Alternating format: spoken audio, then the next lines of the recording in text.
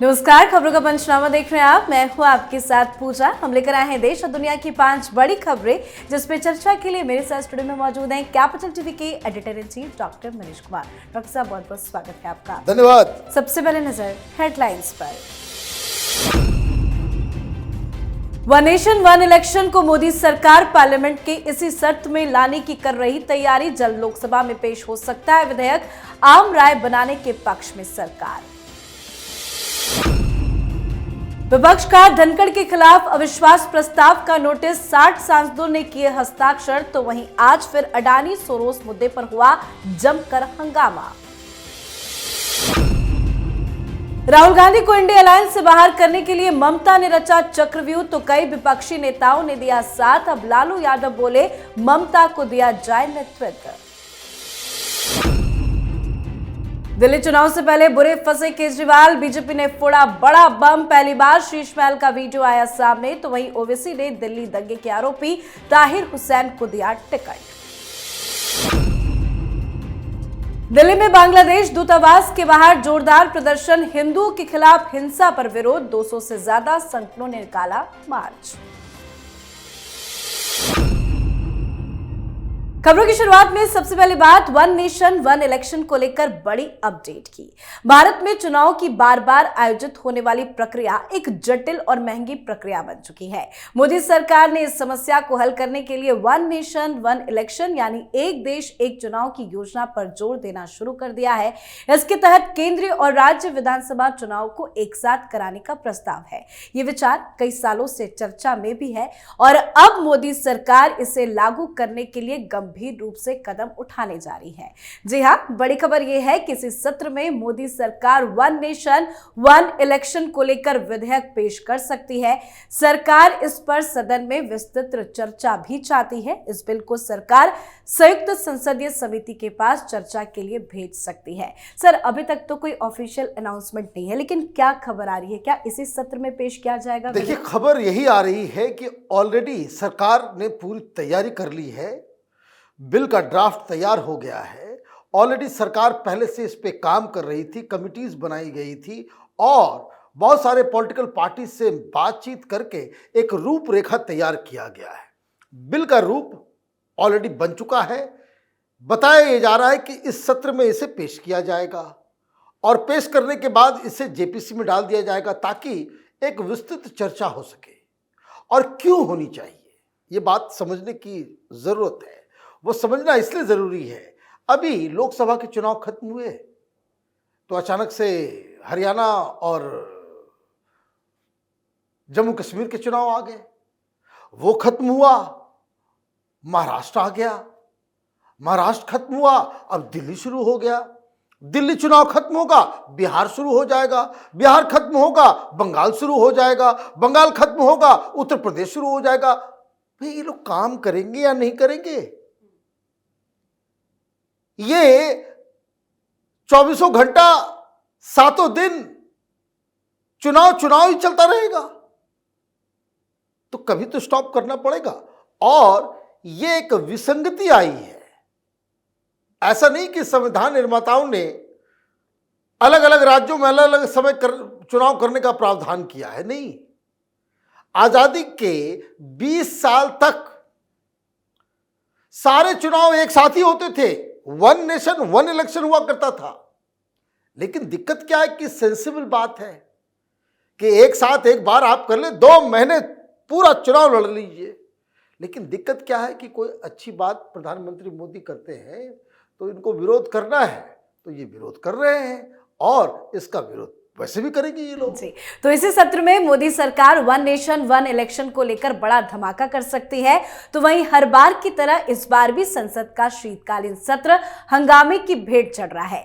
सत्र में सत्ता पक्ष और विपक्ष के बीच घमासान थमने का नाम नहीं ले रहा। जहां एक और अडानी मामले पर विपक्ष लगातार हमलावर है, तो वहीं सत्ता पक्ष अब जॉर्ज सोरोस का मुद्दा उठाकर पलटवार भी कर रहा है। जॉर्ज सोरोस को लेकर राहुल गांधी के साथ साथ उनकी मां सोनिया गांधी भी लपेटे में आ गई है, लेकिन पूरा विपक्ष अलग अलग मुद्दों को लेकर बंट चुका है और विपक्ष को एकजुट करने के लिए कांग्रेस ने नई चाल भी चल दी है। दरअसल आज विपक्षी इंडिया ब्लॉक जगदीप धनखड़ को पद से हटाने के लिए अविश्वास प्रस्ताव लेकर आया। विपक्षी गठबंधन ने राज्यसभा के सेक्रेटरी जनरल को प्रस्ताव सौंपा भी है। जगदीप धनखड़ के खिलाफ अविश्वास प्रस्ताव पर 60 सदस्यों के हस्ताक्षर है। विपक्षी पार्टियों ने संविधान के आर्टिकल 67B के तहत उपराष्ट्रपति को पद से हटाने की मांग को लेकर राज्यसभा में आज प्रस्ताव पेश किया है। सर, क्या इतना आसान है जगदीप धनखड़ को कुर्सी से हटाना? देखिए, कुछ नहीं होने वाला। आपके पास संख्या नहीं है। आप वाइस संविधान लेकर के ये लोग घूमते हैं, पढ़ते नहीं अंदर। उपराष्ट्रपति को कैसे हटाया जा सकता है उसका प्रावधान दिया हुआ है। राज्यसभा में आप लेकर के आएंगे, वहां मेजोरिटी चाहिए। मेजोरिटी चाहिए, अभी 233 है। आपके पास कितना है? 103। आपके पास तो बहुमत भी नहीं है, तो कैसे हटाओगे? और यहां अगर हटाने की प्रक्रिया पूरी होगी तो फिर वो लोकसभा में जाए, लोकसभा में भी आपके पास संख्या नहीं है। मतलब मजाक चल रहा है क्या? बस ये है गांधी परिवार कि सोनिया गांधी के ऊपर सवाल खड़ा कर दिया, तुम्हारी औकात क्या है? तुमने राहुल गांधी को जॉर्ज सोरोस से जोड़ दिया, तुम्हारी हैसियत क्या है? अभी तुमको हटाते हैं।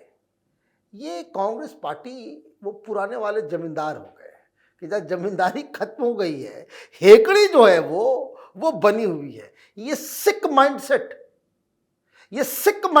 कांग्रेस पार्टी की जो है कि हम तो इस देश के, कोई कहते हैं कि बपौती है हमारा इस देश के ऊपर, हम सिर्फ शासन कर सकते हैं, हमसे कोई सवाल नहीं पूछ सकता। प्रियंका वाड्रा ने क्या किया? मेरे भाई से कोई सवाल नहीं पूछ सकता। ये कांग्रेस वाले क्या करते? जब ईडी ने बुलाया, ये ईडी होती कौन है राहुल गांधी को बुलाने वाला? ये लोग, इनका दिमाग खिसक गया है। ये अभी भी उसी चौधराहट में जी रहे हैं, उसी तरह का। और ये मैं बता रहा हूं, ये मैं नहीं कह रहा। सेम बात अपनी किताब में शरद पवार ने लिखा। शरद पवार ने कहा कि कांग्रेस पार्टी को नए हालात में, कांग्रेस लीडर को नए हालात में एडजस्ट करने की आवश्यकता है। इनका दिमाग 7वें आसमान पर चढ़ गया है। ये कांग्रेस पार्टी के जो दलाल और उस तरह के जो गुलाम मानसिकता वाले लोग हैं, जो इन लोगों के ईगो का पोषण करते रहते हैं, ये एब्सोल्युटली नॉनसेंसिकल एफर्ट है। धनखड़ साहब का ये बाल बांका नहीं कर सकते, जरा सा भी नुकसान नहीं पहुंचा सकते, लेकिन फिर भी हेकड़ी है कि खत्म नहीं होती जी। तो विपक्ष के सारे दांव फेल होते जा रहे हैं, तो वहीं मोदी सरकार को सत्ता से हटाने के मकसद से बना इंडिया गठबंधन आपसी लड़ाई में उलझता दिख रहा है। बात यहां तक पहुंच गई है कि इंडिया गठबंधन का नेतृत्व कांग्रेस से छीनकर किसी और नेता को देने की बात कही जा रही है। पश्चिम बंगाल की सीएम ममता बनर्जी ने इंडिया ब्लॉक के नेतृत्व करने की इच्छा जाहिर की थी और उनके समर्थन में गठबंधन के दिग्गज नेता एक एक कर सामने आ रहे हैं। पहले अखिलेश यादव ने ममता दीदी के दावे का समर्थन किया, फिर शरद पवार ने ममता को गठबंधन के नेता बनने के काबिल बता दिया। अब लालू यादव ने समर्थन देकर कांग्रेस को बड़ा झटका दे दिया है। पत्रकारों से बातचीत में लालू यादव ने कहा कि ममता बनर्जी को इंडिया गठबंधन का नेतृत्व दे देना चाहिए। जब उन्हें बताया गया कि इस पर कांग्रेस को बड़ी आपत्ति है, तो उन्होंने कहा कि उनके कहने से कुछ नहीं होगा। राहुल गांधी की लीडरशिप को लेकर तो हमेशा सवाल खड़े होते हैं, लेकिन क्या अब इंडी अलायंस से कांग्रेस पार्टी को बाहर किया जाएगा? देखिए, बाहर अब ये सवाल उठ गया। भाई लालू यादव तो मेन है। वही तो पटना में जब पहली मीटिंग हुई इंडी गठबंधन का, तो लालू यादव ने क्या कहा था कि राहुल गांधी हमारे दूल्हा होंगे। अब दूल्हा को ही उतार दिया। अरे जरा सा भी कुछ शर्म बाकी है। कांग्रेस पार्टी को प्रेस कॉन्फ्रेंस करना चाहिए और ये जो खबर चल रही है उसके ऊपर अपना सफाई देना चाहिए। टेलीविजन चैनल में डिबेट चल रहा है, भाग जा रहे हैं ये लोग। भाई शरद पवार से बड़ा कोई लीडर है क्या इंडी गठबंधन में? शरद पवार, लालू यादव, ये दोनों कह चुके। ममता दीदी सामने में आकर के कह रही है कि राहुल गांधी से नहीं हो पाएगा, हमें दो लीडरशिप। शरद पवार, केजरीवाल, उनकी मीटिंग चल रही है इसी चीज को लेकर। केजरीवाल तो भी कहेगा ही, क्यों कहेगा ये मैं बता देता हूं। वो बुधवार से जो है वो न्याय गोष्ठी करने जा रहे हैं, न्याय यात्रा पे निकलेंगे। राहुल गांधी, दिल्ली का चुनाव आ गया, प्रचार के लिए निकलेंगे, तो वो तो उसका विरोध करेगा। तो फिर बचा ही क्या इस इंडी गठबंधन में? आपने अपने इंट्रोडक्शन में बिल्कुल सही कहा कि इंडी गठबंधन को की स्थापना की गई थी कि मोदी को हटाना है।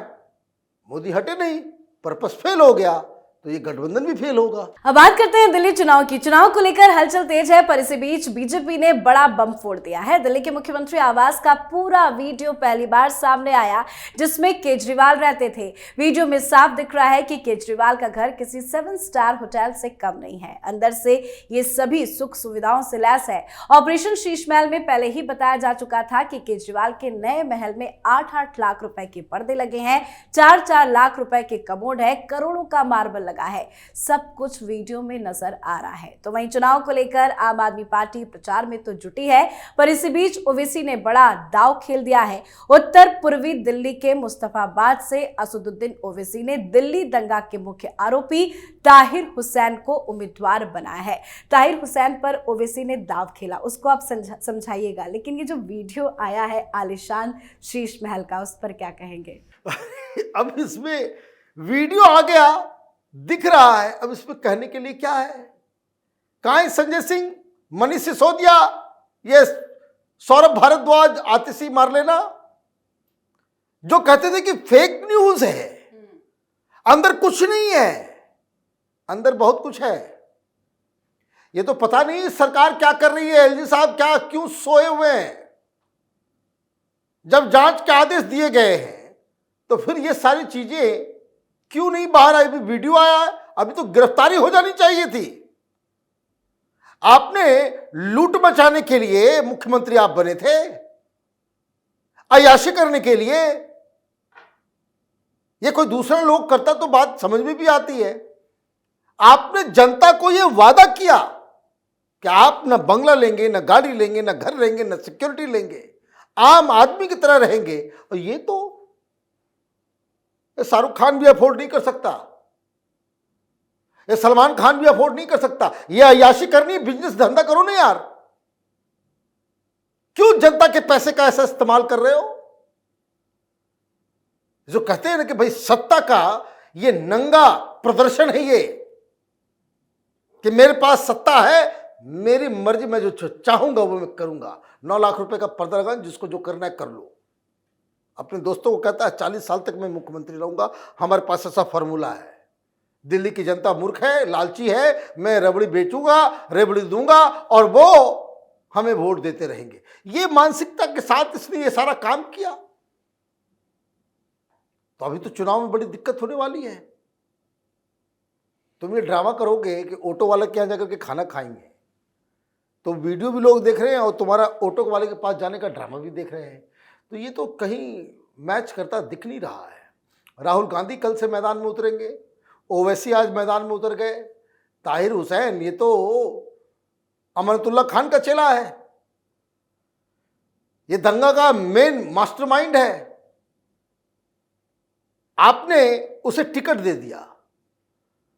आप इस ओवैसी की जहनियत को समझिए। एक दंगाई को खुल्लम खुल्ला वो एक उम्मीदवार बना रहा है, क्या सोच के? क्या सोच के?